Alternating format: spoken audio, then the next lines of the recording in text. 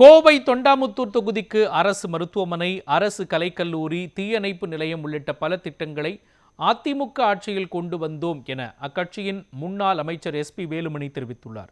தமிழகத்தில் தேர்தல் களம் சூடு பிடித்துள்ள நிலையில் கோவை தொண்டாமுத்தூர் தொகுதியில் முன்னாள் அமைச்சரும் தொண்டாமுத்தூர் தொகுதி அதிமுக வேட்பாளருமான SP வேலுமணி தீவிர பரப்புரையில் ஈடுபட்டுள்ளார்.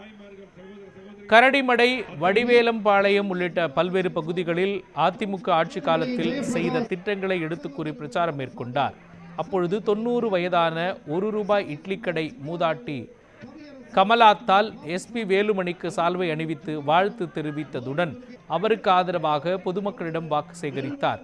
பிரச்சாரத்தின் பொழுது பேசிய அவர், தொண்டாமுத்தூர் பல்வேறு திட்டங்களை கொண்டு வந்துள்ளதாகவும் தொகுதி மக்கள் எப்போதும் தன் பக்கம் நிற்பார்கள் எனவும் தெரிவித்தார்.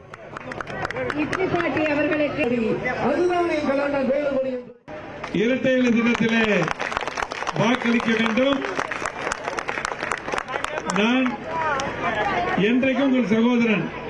நம்முடைய வடிவேலம்பாளையம் அதிமுக கோட்டை.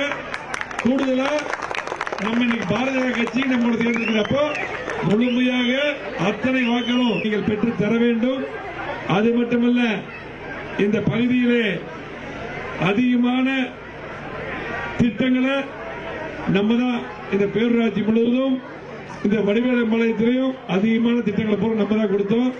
இன்னைக்கு நான் அமைச்சராக வந்த பின்னால், உங்களுடைய ஆதரவால் சட்டமன்ற உறுப்பினராக வந்த பின்னால் நம்ம தொகுதிக்கு ஒரு காலேஜ் கொண்டு வந்திருக்கிறோம். 9 கோடியில் 2000 ஃபீஸ்ல படிக்கிறாங்க.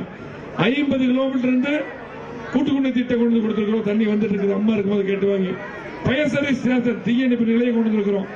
இங்க இருக்கக்கூடிய அரசு மருத்துவமனை 30 படுக்கையா மாத்தி இன்னைக்கு கொண்டு. இன்னைக்கு டாக்டர் கூட கிடையாது இந்த ஆட்சியில்.